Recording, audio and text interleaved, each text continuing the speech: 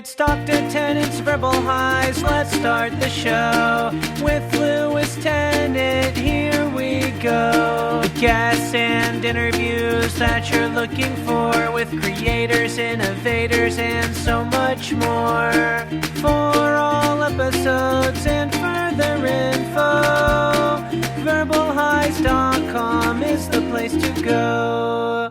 All right, welcome to Dr. Tennant's Verbal Highs, a podcast podcasted weekly from a kitchen bench in Kingsland, Auckland, New Zealand. My name is Lewis, and I'm the host of said show, aiming to bring you, on an average, weekly, a new guest, chatting life, the universe, and everything in their world. So, Mr. Guest, some of you may not have noticed, I'm a guest short, so I'm gonna post two for the first time, groundbreaking stuff, two this week, but one's very much been pushed forward as it relates to a very special music and filmic event that has happened already in the Film Festival in Auckland, but then will happen in the Film Festival in Wellington on, I believe, Wednesday evening, exact times and so on, and of other screenings throughout New Zealand in the podcast. But it was a pleasure to have Mr. Julian Boshier, and director of Swagger of Thieves, the picture about notorious Wellington rock and roll band Head Like a Hole, very much a band of my era.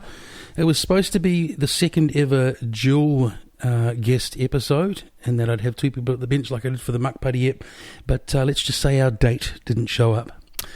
But that was okay, because it actually turned out to be a really, I thought, insightful and interesting conversation with one man about his process, if you're into filmmaking and creativity in general, his passion for his subject, his perseverance with his subject, his sheer bloody-minded determination to make the best film he could, which, to my mind, he has. I've got the luxury of this being my own little project, and if I didn't like said subject matter or piece of art, as it were, I'd just politely say, no, I don't really want to chat. Amazing project, and really cool hearing about 10 years in the making. I'll let it speak for itself. I won't hold up the episode proper this week with my existential rants and self-crises. If you're new here, hello, hi, come back. You can come back by going to verbalhighs.com, checking old episodes. I'm up to about 36 now. You can like the show, Verbal Highs Podcast, on Facebook, at Verbal Highs on Twitter.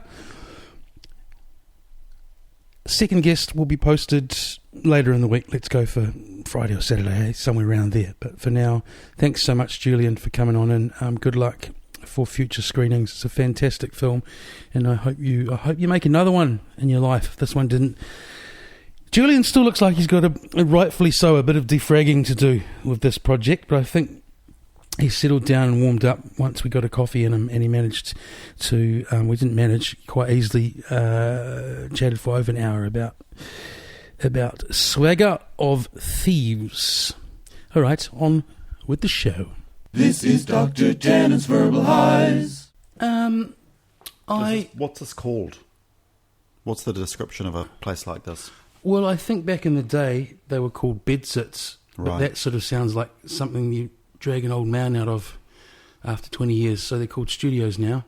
Okay. But I don't, it's standalone.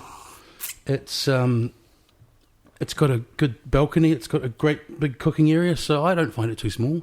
Do you own it or rent it? Rent it, yeah. What do you pay for a place like this? Most people walk in and go, cool spot. Like, I can't believe people live like this. Do you really find it that small in here? I don't think I could live in a small place like this. Yeah. Oh, I could if I had to. Yeah. Of course. All right.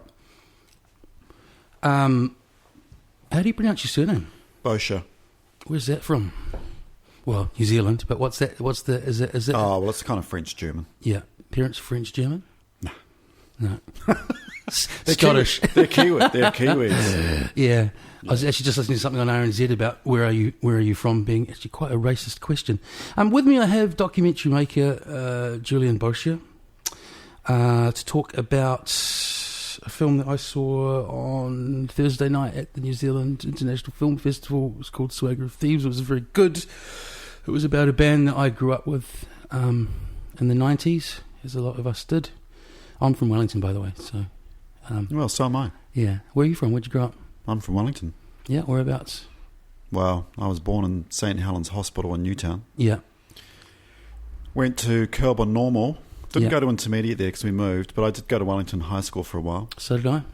So I'm a Wellingtonian, Yeah.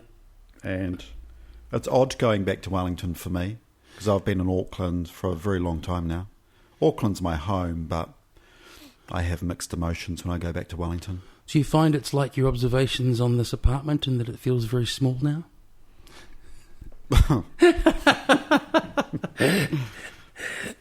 Because that's what I notice when I go back. Obviously, family there and stuff is I love it, but it's very small. Oh, I like the compact nature of Wellington, and when it's a beautiful day in Oriental, when the harbour is glass. God, it's incredible. Incredible. The last place I lived was Hay Street, just off Oriental Bay. Yeah. And I could actually move back to Wellington. I could. You've said two different things there, in that you have funny emotions about it when you go back, and you could move back. So I have mixed emotions, What's the other side of the mix? Is it just being there, done that, or I think the skeletons, or No, I think the mixed emotions is that I could actually move back there. It's my hometown. yeah, But it probably won't happen.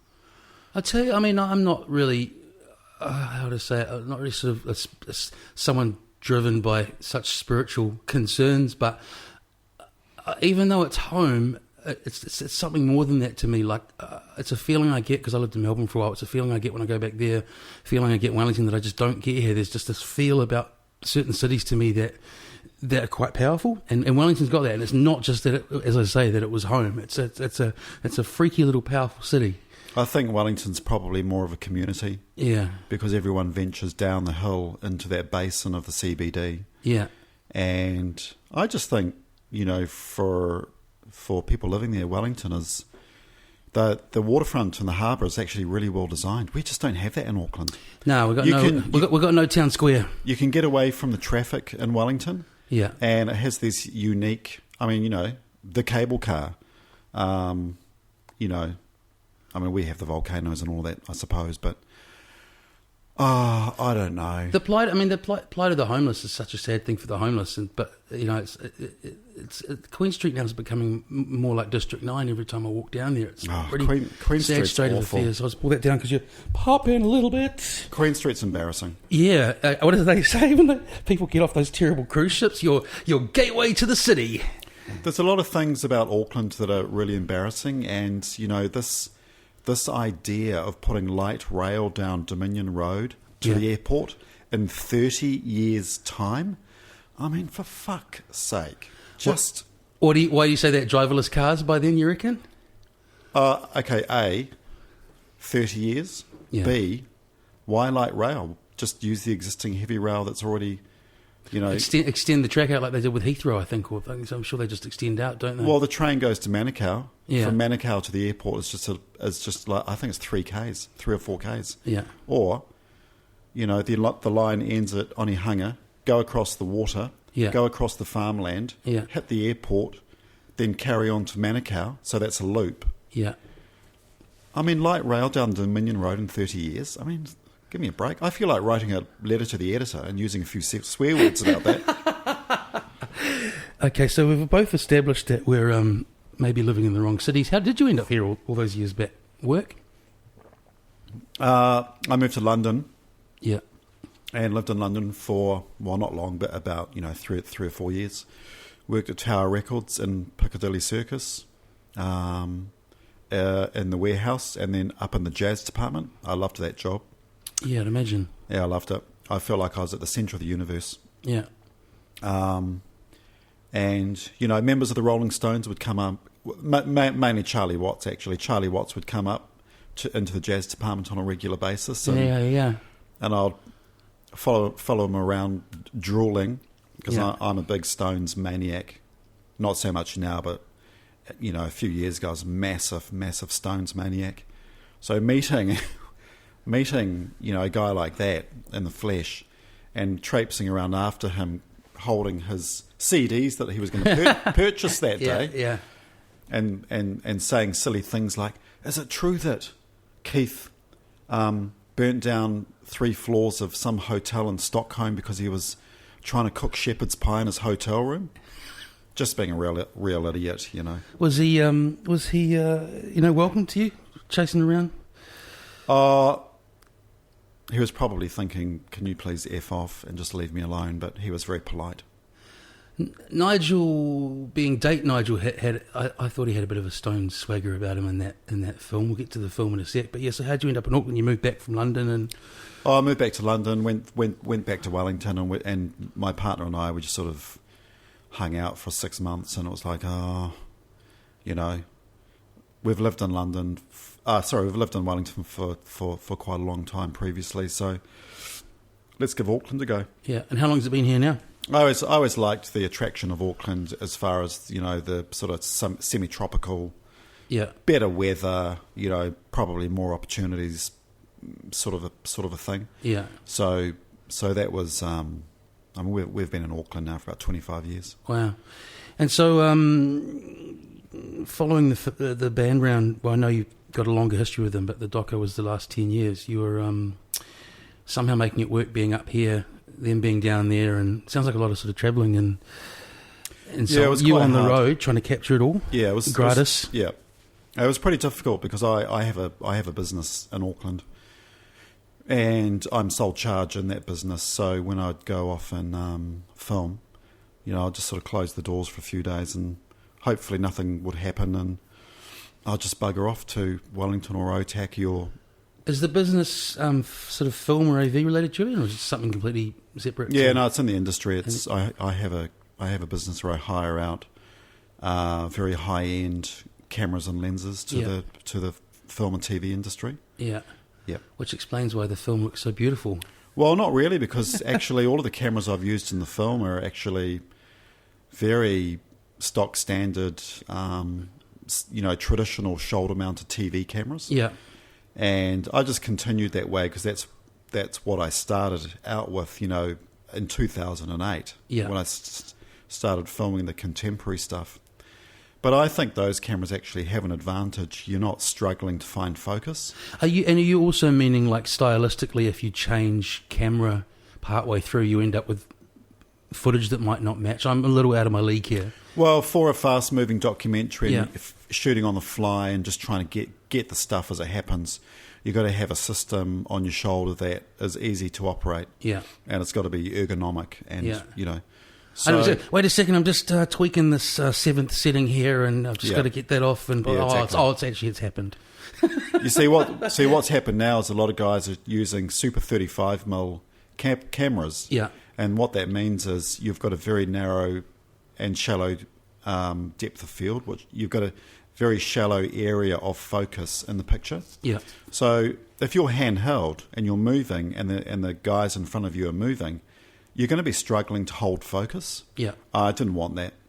No.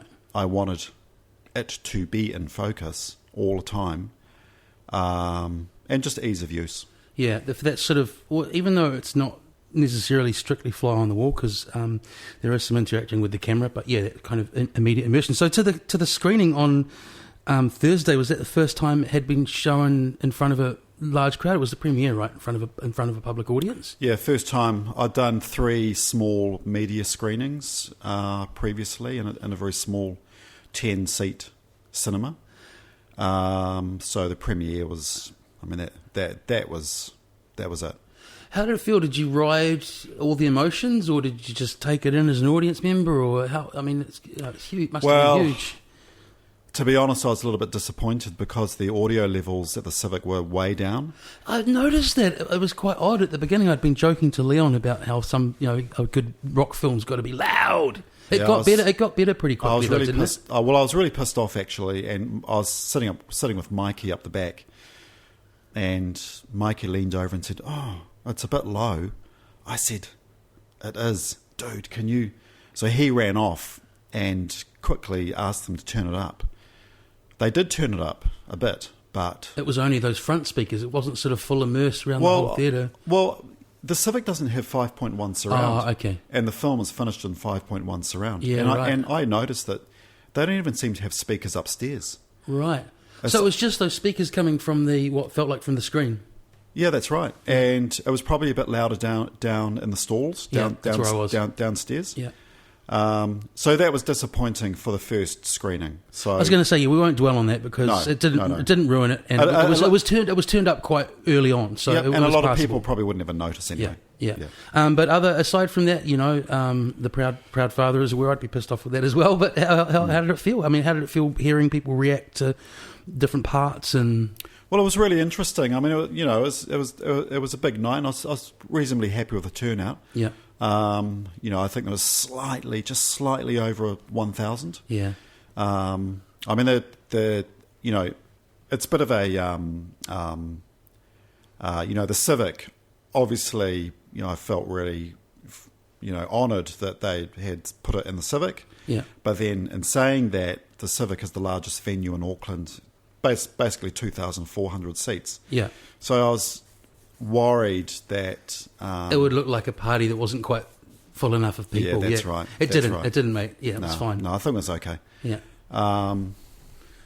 Yeah, well, it was really interesting. I mean, there was a lot of laughter in areas I wasn't expecting laughter to be, and right from the outset, really, the first 30 minutes, people were laughing. So I'd never experienced that before. I noticed that in that, and I'm trying to think how to explain it because I thought about talking about this to you today. Like, it felt like next to me, at least, there was a woman who, how would I put it, like, kind of a tourist, or what I mean is like not with no kind of personal knowledge of any number of things in that film, and it felt like she was laughing, like look at these circus oddities, kind of laughing, which I didn't. I just had to switch off to it because it would have really fucked me off if I'd kept thinking about it. Yeah. Heartfelt bits. And it was like, and I'm like, Was it a nervous laughter? No, I think, like I say, it was just someone with no kind of, someone maybe just a bit of a straighty, kind of laughing at bits I just wouldn't have thought were laugh worthy. Okay. Yeah. Yeah, well, I guess, who knows? But actually, afterwards, I was outside the theatre, and this woman came up to me, this kind of, let's just say she probably would have been about 65. Yeah. She came up to me and said, "Oh, well, thank you very much, because I know nothing about this band and I know nothing about this movie, but I bought a ticket anyway, and I wasn't sure if I was making a good decision or not by buying a ticket. Yeah. But I did buy a ticket, and here I am, and I thoroughly enjoyed your movie.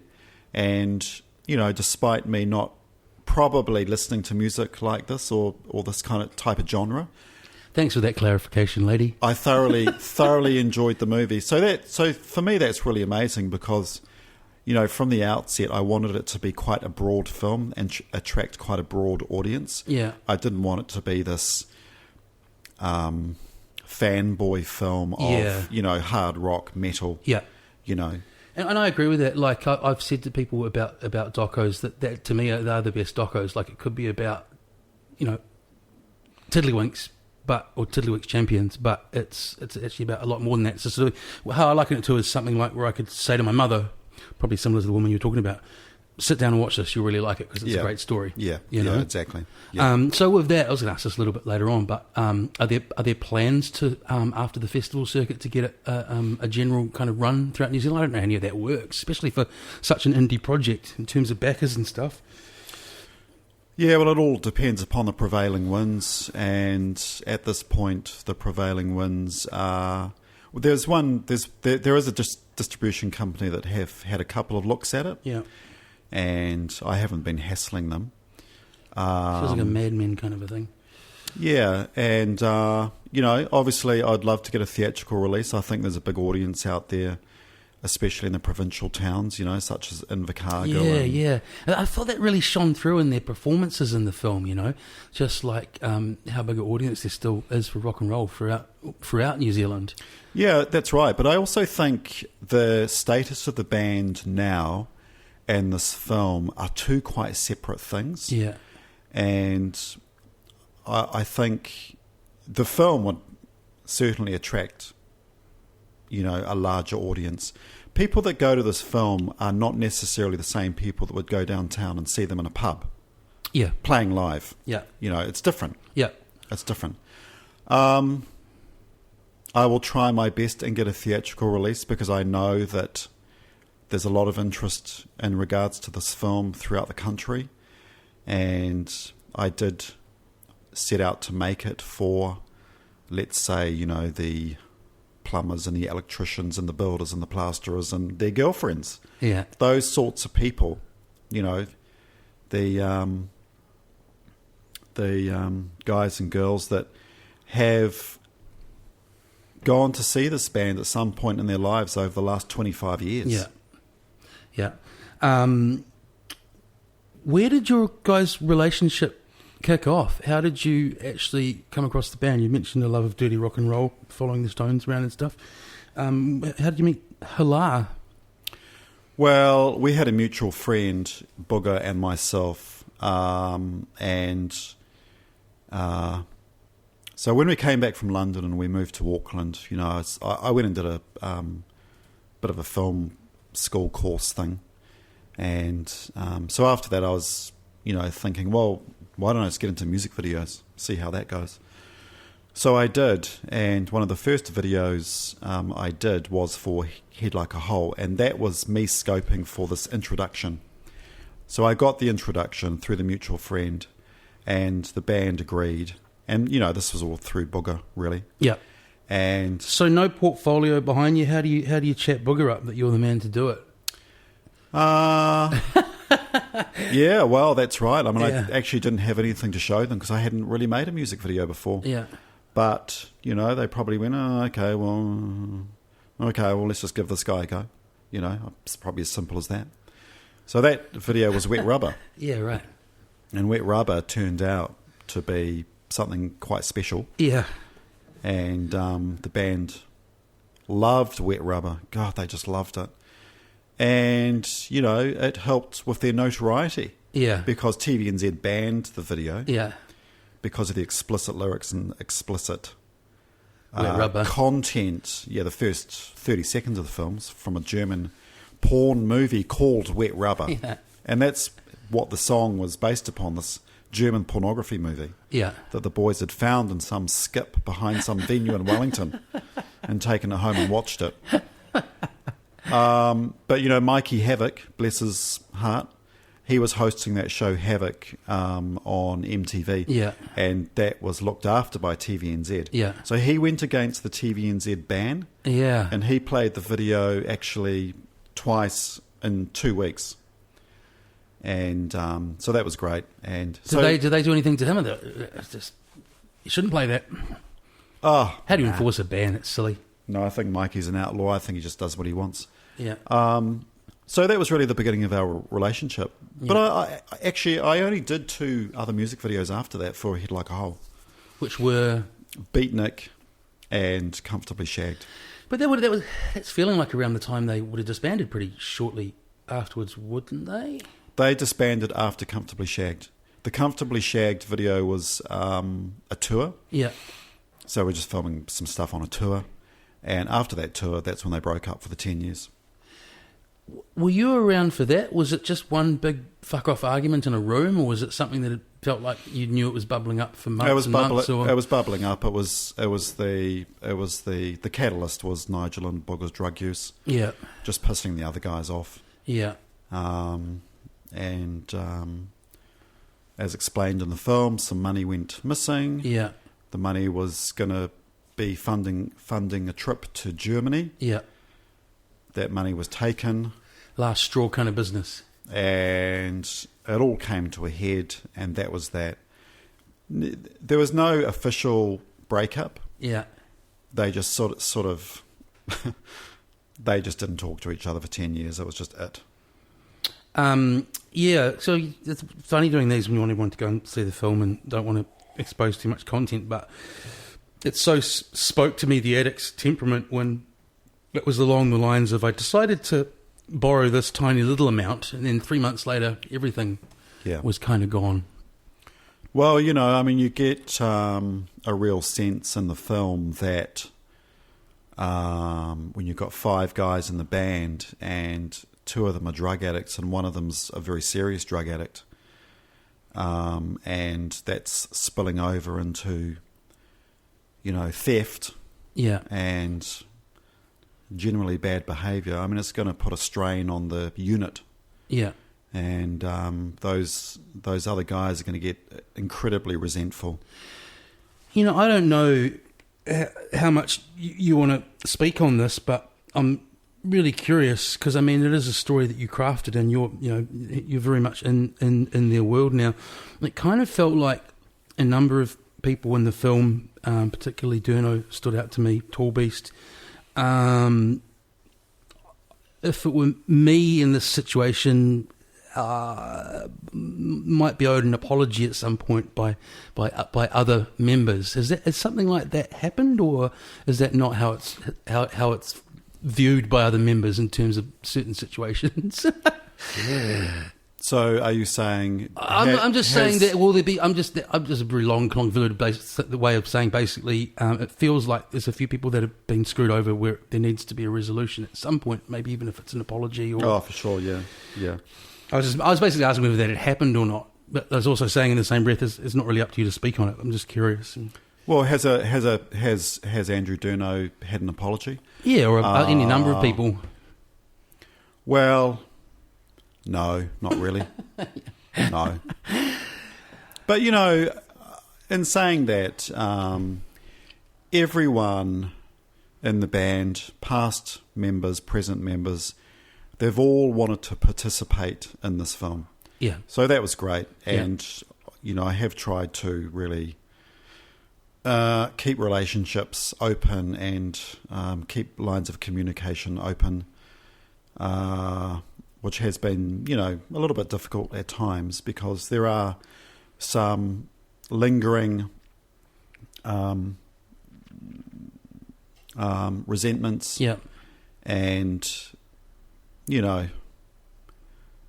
it's been a bit tricky, but, I have been lucky because no one has told me to F off. I don't want to participate in this film. Yeah, they've all come to the party. So, well, I definitely know Andrew best of everyone in the band, and it speaks to his character to me that he sort of did what I sort of saw as quite mature. It seems like what he did the first time around as well is just like all or nothing. So it's like I just got to wipe my hands of this completely for my own mental health, and just get on with other things in my life that are.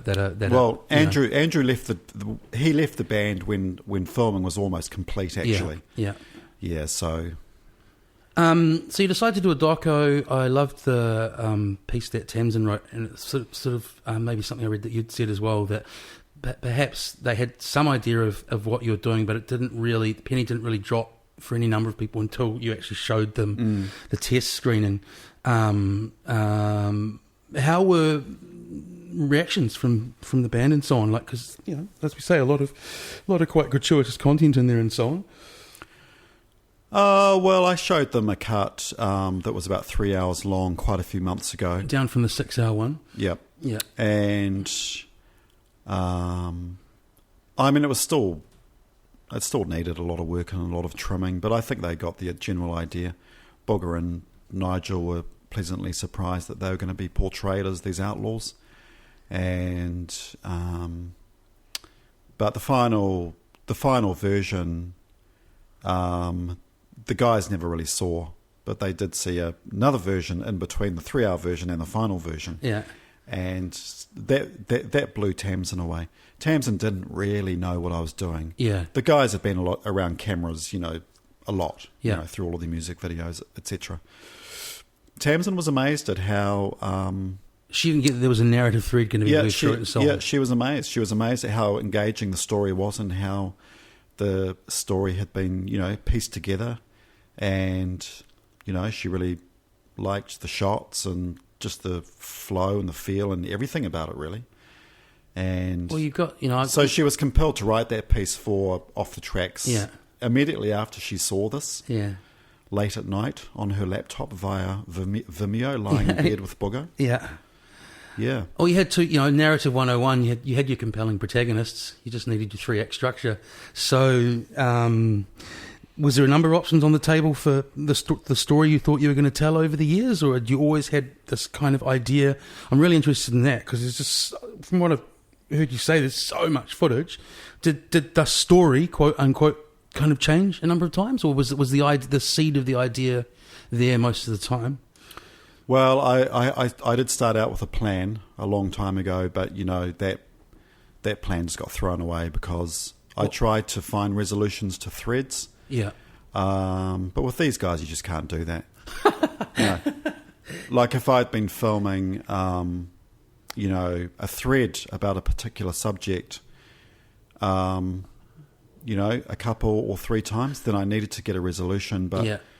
But sometimes they just weren't interested. They just didn't want to be interviewed, or they didn't want me to hang around, or so texts went unanswered. And so when I got to the edit suite, some threads were completely discarded because they wouldn't make sense, because they never got an ending or a resolution. Yeah. So that was difficult. You must be extraordinarily patient, because it sounds like you've been tried a few times, even leading up to before we chatted. So what's kept you in there? Right. Well, it got to a point. It got to a point where I knew that I had the opportunity to produce something incredible, because Head Like a Hole and I agreed that we would make a documentary, and they agreed because of our relationship, which has, it's been a very long relationship. So there's many layers. Very many layers and many years. So, as I've said a couple of times, there is no other band in this country I would rather make a film about, because when you make a film, in my mind, you got to have some ingredients or some juice. Yeah. So with Head Like a Hole, it's pretty easy, really. With Head Like a Hole, I had character, big character. Yeah. Booger and Nigel and Tamsin, 3 great characters. Yeah. I had some bad stuff. Yeah. The drugs, the theft. Yeah. The fractured relationships. Yeah. And then I had some good stuff. Great live shows. Twins. Their 25-year legacy. Yeah. Yep. Booger's kids. Yeah. Access all areas. Yeah. So I realised that I had gold, absolute gold. Yeah. And that's why I couldn't give up.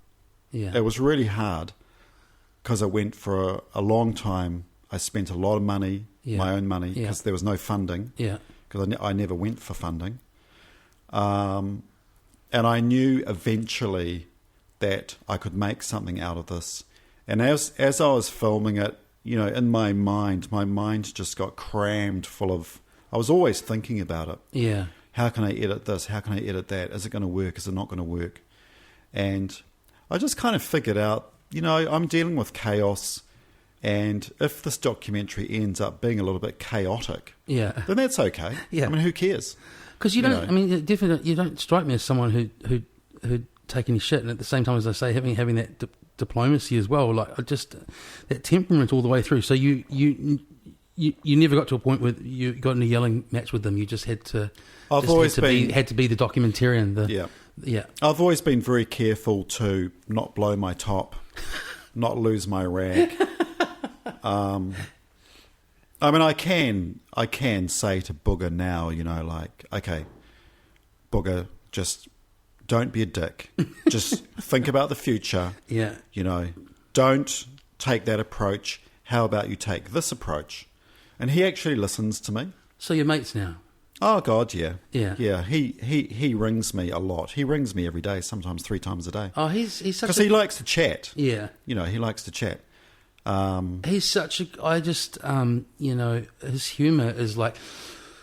It's people who like musicians, whatever they are. They might be visual artists, whatever they are. I'm a sucker for a great raconteur, and especially one with a good sense of humour. Yeah. And the number of times I've heard him interviewed, it's just like, God, you're hilarious. Like on RNZ, he did the mixtape, and he was talking about how he nearly missed the birth of his kids, but then he got to the car park of the hospital, and the Iron Maiden song was getting really close to a lead break, so he had to stay in the car and rock out. Yeah, to that's that right. before he... Yes, I heard that. Yeah, that was a good interview, actually. That was, Yeah. and that was him totally being the stand-up comedian. You know, Yeah, just totally yeah. self-aware of how funny that stuff was. And Yeah. I thought of that, like, sorry to cut you off, is another thing. You know, the craft of filmmaking.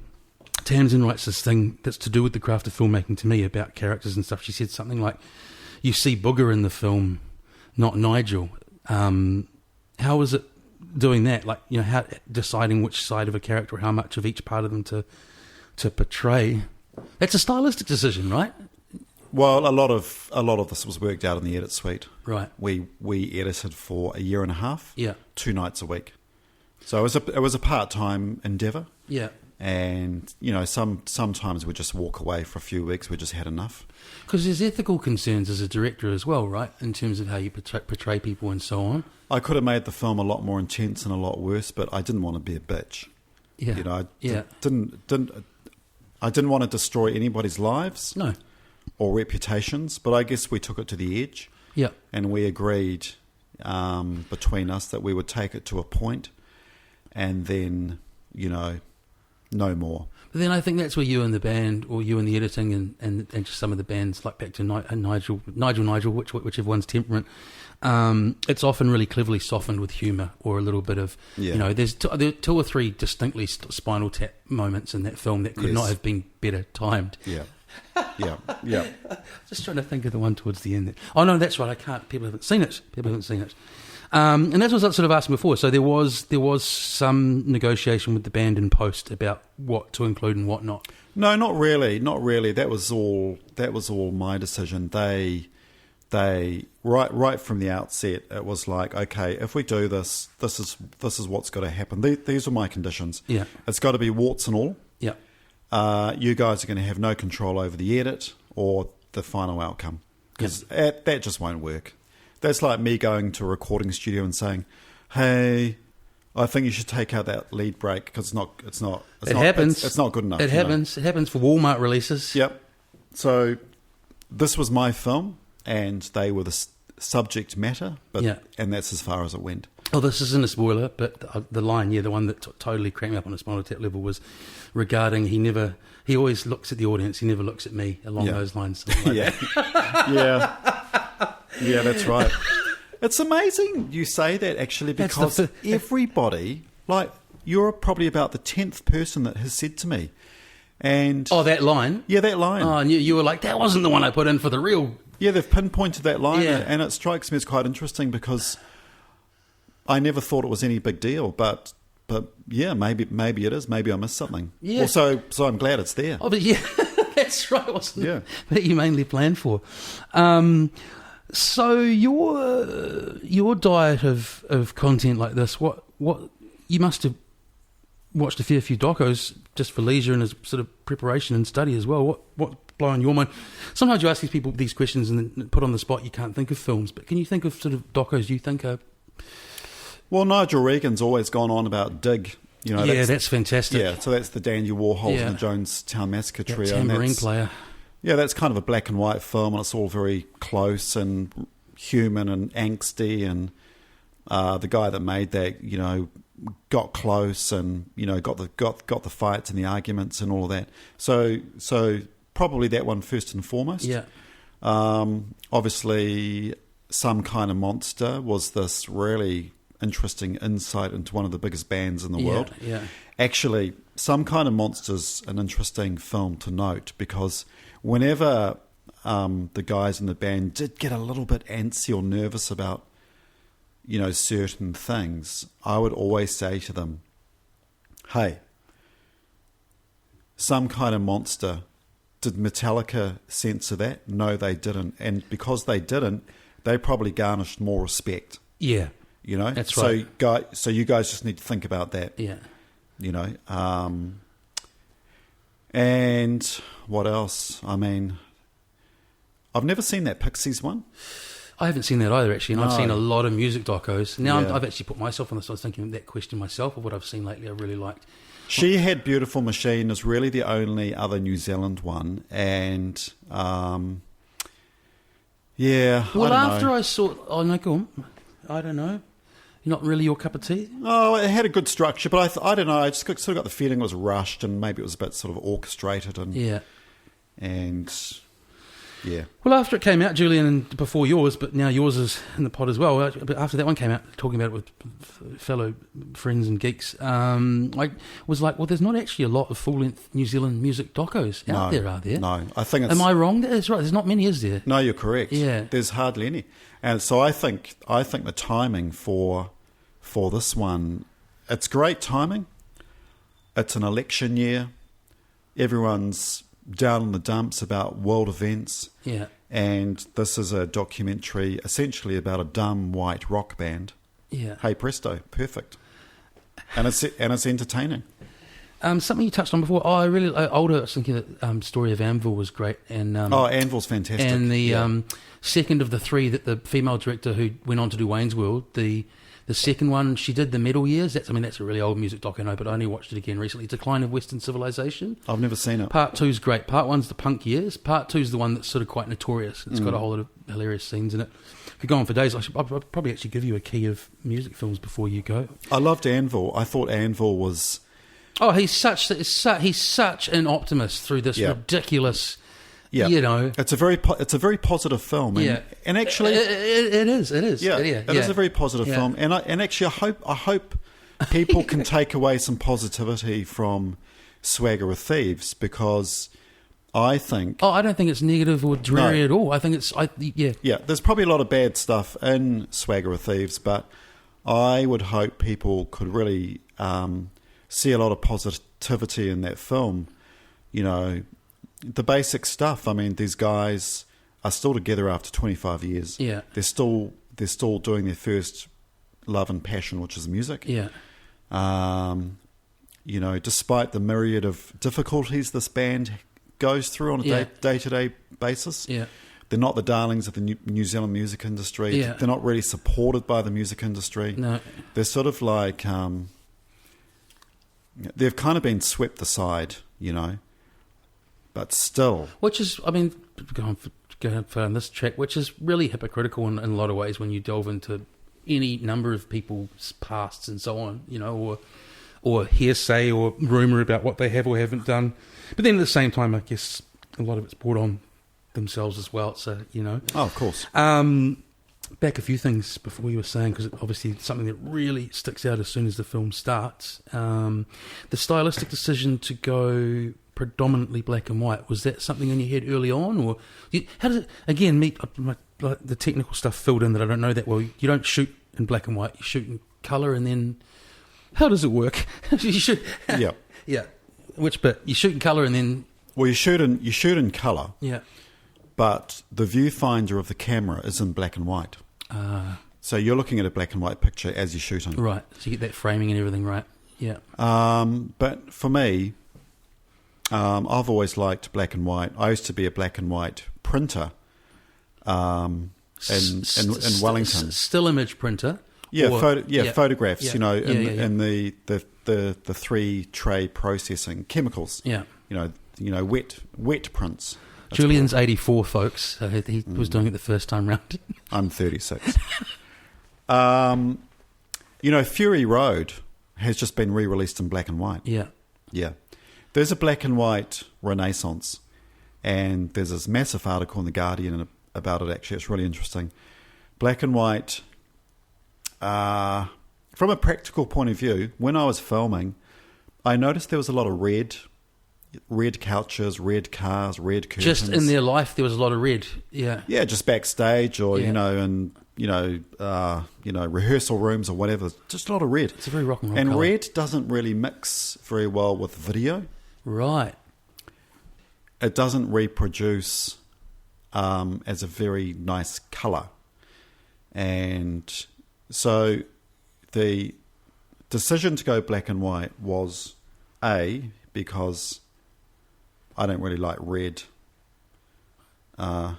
via a video camera. Yeah. Personally, I think these guys just suit black and white. I'll give you that. They just sort of suit the aesthetic of black and white. And also, I don't know too much about it, but there is some function in the brain that when the brain doesn't have to process colour, the brain has more capacity to concentrate on narrative and dialogue and content. Now, I don't know much about that, but it's probably rubbish, but I sort of tend to agree with that. Well, now I'm thinking of the opposite, which is really that trend, regrettably, however long, for big Hollywood dumb explosion, colourful blockbusters with fuck all going on in the story. It's like the opposite of what you've described. Yeah, true. Well, that's because I don't know what I'm talking about. Yeah. But I think the black and white just sort of flows. It just. So it was a decision made very early on. And I love the the little snippets of colour and stuff. And I don't know what that you'd implied that imbibed before the show on the street, but that little colour section and the doing a wobbly motion, folks, was very reminiscent of LSD for me. You captured something there. Yeah. The idea was to have all of the archive stuff in colour and all of the live on stage stuff as colour. The archive stuff. So for me, Julian, like as I say, that the band are very evocative to me, not only of being Head Like a Hole, but they're my youth. When I was, the earliest things I was getting out of the house and going to as a teenager, was those big She-Hard Head Like a Hole conventional toaster whatever gigs at the car parks. I was screamingly underage, 14, 15. And also back then, and I think this is a blessing and a curse, there's very little footage of anything compared to now. And so I really pine for, and it happened in the She-Hard doco too, just those little snippets of 90s Wellington, in those places I were and those people I was around. Where'd you find all of that? Was that a particularly difficult part of, in other words, the archival footage? How did you find it? Well, let me tell you, there's a lot of collateral damage when it comes to Head Like a Hole. People that were involved in that circle or were friends with them or, worked with them in some capacity. A lot of these people I found to be incredibly unreliable, and there was footage out there, and it was very difficult to actually receive that footage. Do you mean stuff from like, these people. I'll do it, I'll do it, it never happens? Exactly. Yeah. And I put a lot of energy into trying to source archive footage because it was important, integral to the story. Yeah. And if you don't have it, then how the hell are you going to tell the story? So I was disappointed. I was quite disappointed, and a lot of people, they just didn't front up. But, a couple of people did front up, and one person fronted up in particular, and that's where the bulk of the archive material came from. Yeah. So I'm totally indebted to that person. And, imagine the film without it. Well, that's it. And like I was saying, I'm making these numbers up, but you get 1,000 people to a gig in Wellington in the 90s, there might have been 5 cameras, whereas now there'd be 894 cameras, So it really is. Hey, and what you say, look, it obviously wasn't noticed because I'm lucky enough to be behind the scenes and stuff now. I thought the footage that was in it was great, and there was enough of it. And as I say, it was really quite special for me outside of the story of the band to go, shit! That's how Manners Mall looked in the 90s.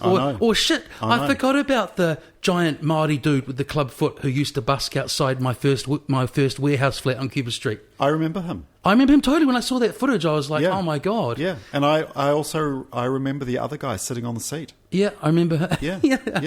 Yeah, it's incredible, isn't it? And it's really, really nicely shot, actually, that stuff. Really nicely shot. So someone who had a video, I'm guessing a VHS, a video camera back then, would be... Gerald Dwyer had a video camera. Yeah. And Gerald used to film a lot, and this other guy called Lane Husband used to shoot a lot. He was the roadie for Head Like a Hole. So someone in Gerald's circles managed to get you some of that footage in the film. That's right. Yeah. That's right. Yeah. Getting a film that is you've done, as you say, it's been out of your own pocket, it's your own time, it's been your labour of love, you've got no backing. I've read about how you said that was fantastic in a huge amount of ways in terms of creative license and so on. But how do you go hello and get it into the film festival? How does that work? Are they really receptive? And well, we've been so I shot the film, we started editing, and I didn't know what was going to happen to it. I mean, I was always just, talking it up and sort of kidding myself that something great was going to happen to it, but I had no idea. It was a big risk. The whole thing could have just, collapsed in disarray and the film could have gone nowhere. But, the 2017 festival was coming up, so I had my eye on that. And one day, when I was ready, I just made a cold call to Bill Gosden of the festival. I rang him up and said, "Hi, it's Julian from Auckland here, and I've got your opening night film for 2017. And he sort of did a nervous laugh and said, "Oh, okay, interesting. What's it about? Blah, blah, blah, blah, blah." So he just said, "Okay, well, send it to us. Send it to us."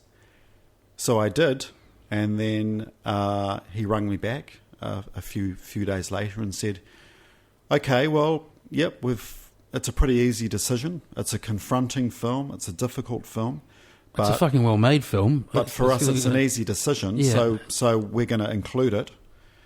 And, I couldn't believe it, but I was relieved. I was completely relieved. But then I was afraid because all of a sudden I actually had a deadline. And So not afraid of an audience, afraid of getting it done. Afraid of the deadline. So what did you send to him to get it? I sent him A rough cut. Yeah, a rough cut. Yeah, a rough cut. Not the 6-hour one. No, I sent him a cut that was probably 15 or 20 minutes too long. What does it run at now? 108 minutes. Yeah. Yeah. That's sort of, when I was growing up, a number of films were about 90 minutes and then they crept up to about 2 hours. It feels like the sweet spot in the middle. I reckon it's the sweet spot. I could have made it longer. Yeah. I could have made it shorter. But, you're trying to cram in 25 years here. Yeah. It's very hard. And it's a bit depressing about, when I think about the stuff that didn't make it. I was going to ask you... Screeds and screeds of gold did not make it. I was going to ask you about that. So the first thing was, even if you don't have an exact scientific answer, how many hours of footage did you have? Overall. Yeah, well, we were dealing with about 12 terabytes. So that's a lot. Yeah, that's a lot. You don't know in hours, a lot. So just I was going to ask that, some stuff that you were just, that you had to omit. It's really hard. It's really hard doing that. Yeah. It's really so difficult. Because what we would do is we would spend a lot of time cutting a scene. We'd probably look at a scene, 10 or 15 times. Yeah. And then the following week, we'd just go, okay, it can't stay. It's got to go. All of that work and all of that. Even the work in post as well, because you've got it all. Yeah. Yeah, so we'd have a scene in the film that we may have looked at 10 or 15 times. Yeah. And so there it was for quite a long time in the cut. And then one day or one night we'd just go, okay, it's time for it to go. Yeah, it's just got to go. It can't stay. We don't have time. Like a bird leaving the nest. It doesn't connect. Yeah. It's like playing chess, or it's like doing a 20,000-piece jigsaw. It's really, really difficult. And everything's got to connect. Well, it's like it's a 20,000-piece jigsaw with 28,000 pieces. And you've got to decide what to do with the spare 8,000 pieces. Yeah. So just my understanding, so you've got 16 terabytes of raw footage, then you've got a bunch of stuff that was actually crafted in post that didn't make it, and then you've got the film. So you've got the sort of stuff in the middle that... Yeah. You have to give Booger 16 terabytes of his life for a Christmas gift or something. I could make a 6-hour version, and it would be pretty tight. Hey, you've mentioned other people. You've mentioned, firstly, some people being unreliable and so on, some labour of love and stuff, but who do you feel indebted to with post and stuff? Was the edit job yours, or did you have help? The edit was a collaboration between myself and a guy called Eddie Larson. Yeah. He has worked with me on most of my music videos. Yeah. Over the past few years. So, I needed to find somebody that could do it cheaply. Yeah. Because it was self-funded. I needed someone that could do it over a long period of time because I knew it was going to take a long time. How long did it take to edit? Well, about a year and a half. Yeah. And this guy's working full-time as well, so you're doing it outside of work. Yeah, he's sort of working from home, doing his own thing. Yep. And I needed someone that would just be on the same page. And, I sort of like to have a good argument. And, if he wanted to take something out, then he had to sell me the reason. Sell me the reason why you want to take this out. Sell it to me. So we had a couple of punch-ups. Yeah. We had some very heated discussions. And good. Sometimes, he would see my point of view. Sometimes I would see his point of view. Yeah. But by going through those punch-ups, you came to the best possible outcome because you actually fought it out. So it was never a personal thing. It was always to the benefit of the film. It was for the art. The art of the film. He's the guy that broke it down into 3 acts, which really, really actually helped us. So we started dealing with it in 3 acts. That's what I teach narrative at AUT. That's why I joked about that before. Yeah. You got your catalyst. You got your first turning point. I mean, I've learned a lot. You got your climax. You got your resolution. Yeah.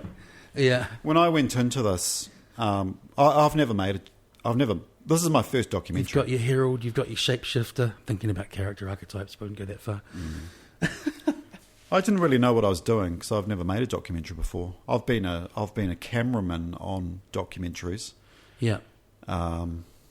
Before, but I've never made my own documentary before, so I didn't really know what I was doing, and I sort of knew all of this technical stuff. Like someone said to me, make sure you've got music within the first 6 minutes. Make sure you got that within the first 12 minutes. Blah blah blah. Act 1, Act 2, Act 3. So, yeah, I mean. Well, the other one you were always going to have whether you knew about narrative or not, and it's narrative 101, is conflict. A story's got to have conflict. So yeah. You kind of had that. I knew that much. You had that 18 seconds after you decided to do it. I knew that much. Yeah. Yeah. I mean, I do trust my gut instinct, and I do trust my taste. Yeah. And I know what I like, and I know what I don't like. So I can only really go on that. Yeah, and you say that you didn't know all that stuff, but I bet, and based on everything you've done and just being already involved in the art stuff, you would have intuitively known story. Well, maybe he tightened it up a bit. He formalised it a bit more. Yeah. Maybe I don't know.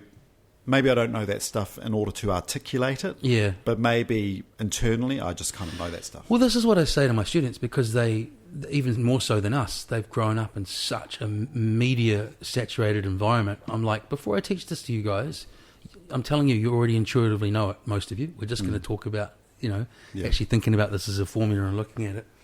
Do you think you got another film in you? I think you should make another film. I think you should make many more films, actually. Well, thank you. Yeah. I appreciate Maybe that. not yet, just have a rest. A few people have said that to me. Yeah. Sarah McMullen said that to me. Yeah, I don't know who that is, but... She's... she does... Sarah! She does the film reviews on 9 to Noon. Right, cool. I heard her... Yeah, she was very rapt with it when I heard her on air.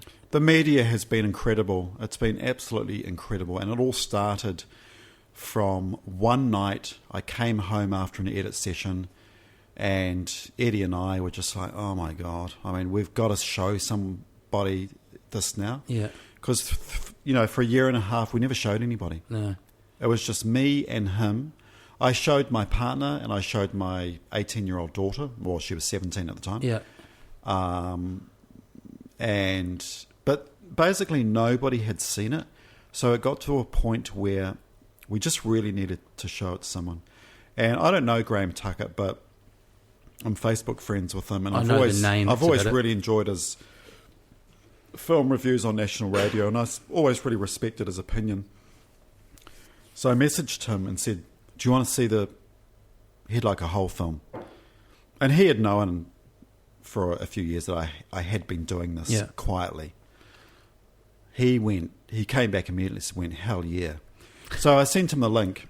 He watched it, and then I didn't really hear back from him. But then the following morning, at about 5 o'clock in the morning, my phone started going berserk.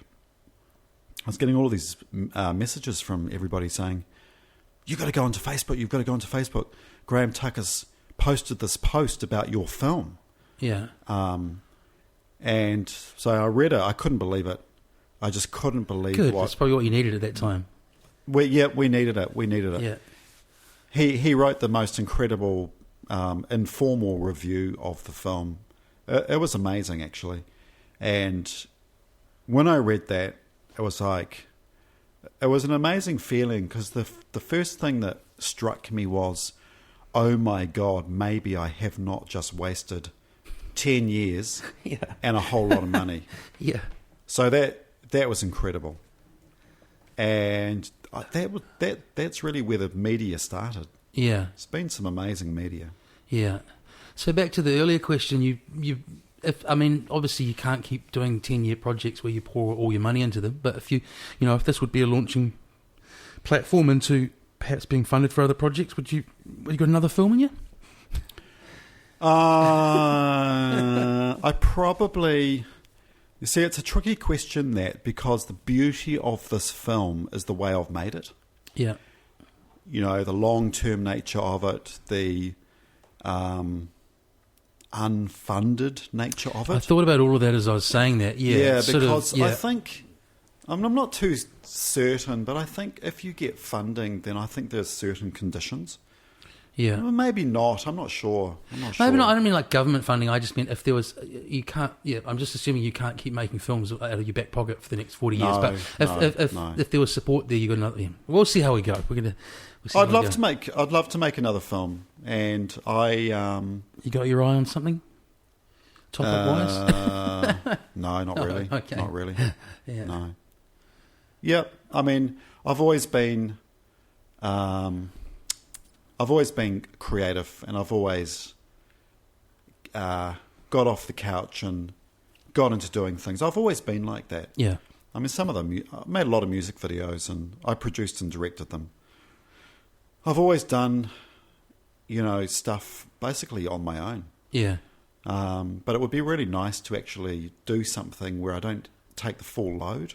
Yeah. It is bloody stressful. Oh, totally. Yeah. It doesn't help my burrowed frown.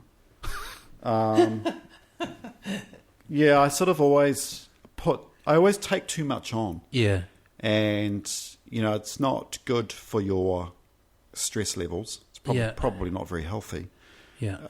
When I think about this film, I mean, the load I took on was just so freaking monumental. I can't believe that I came out the other end. Yeah. And I can't believe it's finished. Yeah. And I can't believe it got into the film festival, it premiered at the Civic, and I can't believe the incredible media and the response it's had. It's amazing. Have you got a holiday booked for after the film festival screenings? Are you going to go sit somewhere and chill out for a week? Yeah, well, we actually, to be honest with you, we have been looking at holiday destinations. I do feel like... Go somewhere really cheesy that you just have to do nothing, and people just hand you things to eat and drink. Yeah, I feel like going somewhere really hot. Yeah, well, combine it with that. Samoa. Really hot, sitting on a beach. Yeah, that's right. Drinking margaritas. Yeah. Having a rest. I reckon we're nearly there. I was going to ask... so there was Auckland... just the one screening in Auckland. Then you've got the Wellington screening is... Yeah, okay, so it's going to the Embassy in Wellington on August... Another great theatre. Yep. With 5.1. Yes. Oh, yeah. I'm going to do a sound check. Yeah, like I was going to say, go in like a band and do a sound check in the afternoon. Sound check, yeah. So it's the Embassy on Wednesday, the 9th of August at 9:15 p.m. Are there tickets still available? Well... I think the tickets are getting a bit thin, but Wellington's going to be I think it's going to sell out. Yeah. So, get your tickets. You don't want to miss out. And then where to? Christchurch? The night after that, it's going to Petone. Yeah. The Lighthouse Petone on August the 10th. Yeah. That is sold out. Yeah. So you've got to go to the Embassy the night before. Then it's going to Christchurch for 2 nights. Film festival? Yep. Yep. That's the 10th and 11th. Northland 4, which I think is a multiplex. Northland. Oh, so you have got a general cinema, some general cinema screenings happening as well as the film festival? No, the film festival is just going into the Hoyts, Northland 4. Oh, okay, yep. And then it's at the Regent in Dunedin. Yeah. This is all film festival? Yes, yes. Yeah, all of these screenings are film festival. You seem an independent spirited man, it's always easier for someone else to throw ideas at people, right, in terms of how to do stuff, but I don't know how the cinematic screening mafia works and whether it's analogous to big record labels or whatever. But you talked about these small towns and this audience for this film. I was just in the Coromandel recently, and there's for example, a cool little what looks like a totally indie movie theatre in Whangamata. Why don't you just take it on the road through the theatres? Do you need a big distributor or whatever? Just an idea. An independent screening circuit as well as an independently made film. Well, it's amazing. The way I see it is... Go full punk, mate. Yeah, well, the way I see it is try and get a theatrical release throughout the country. You know, just do it properly. Yeah. You know, just get it out to, you know, the cinemas. If that doesn't happen, then approach the cinema chains direct. I mean, there's not many of them. No. If that doesn't happen, approach independents directly. There's a lot of independent cinemas throughout the country. And they're in those places you talked about. These little spots that often get missed with stuff, which I think will be to its favour as well. You know, hey, it's coming here. It's coming here. Yep. Or if that doesn't happen, Vimeo on demand. Yeah. Air New Zealand in-flight. No, I'm kidding. Yeah, I'm not sure about that. Not sure about that. Yeah, because the reason I made that joke is because those airline films, they've got to cut out anything slightly contentious, so you end up with a sort of 9.5 minute film. Yeah, that's right. It'll be 9.5 minutes. Yeah. Thanks so much for coming in. The reason I do these, some people don't. I don't know if you listen to podcasts. Some people sort of who haven't done them before sometimes don't quite get the medium. So I hope you've felt like there's an opportunity. Because normally media interviews are just little sound bites, right? So you've worked so hard on this, and I think it's. I hope that you've enjoyed telling us for a whole hour about. You know, we've covered so much ground about it, and I've really enjoyed hearing about it. And it's a fantastic film. It's great to talk about it in more of a detailed fashion. Yeah, and you know, in more of a relaxed fashion. Yeah. No, you're right. Radio stations sort of have 15. Hey, with Johnny the Finch, Exactly. And then you're done. Yeah. And the last words from you, I think it's one of the few things I put on the list in terms of a plan, is in the most succinct way possible, tell us what the film's about. The film is about not only Head Like a Hole in their music, it's also about friendship, aging, addiction, fractured relationships, living and life, you know, and the struggle of being a contentious band within the New Zealand music industry. It's bigger than the band, the film. It's about, if you don't know of Head Like a Hole, or if you don't particularly like their genre of music, I don't think it matters. I think the film is still enjoyable for those people because the film is just so much bigger. It's about more than that, you know. Yeah. Thanks for coming in, man. No worries. Good luck for the rest of the screenings. Thank you.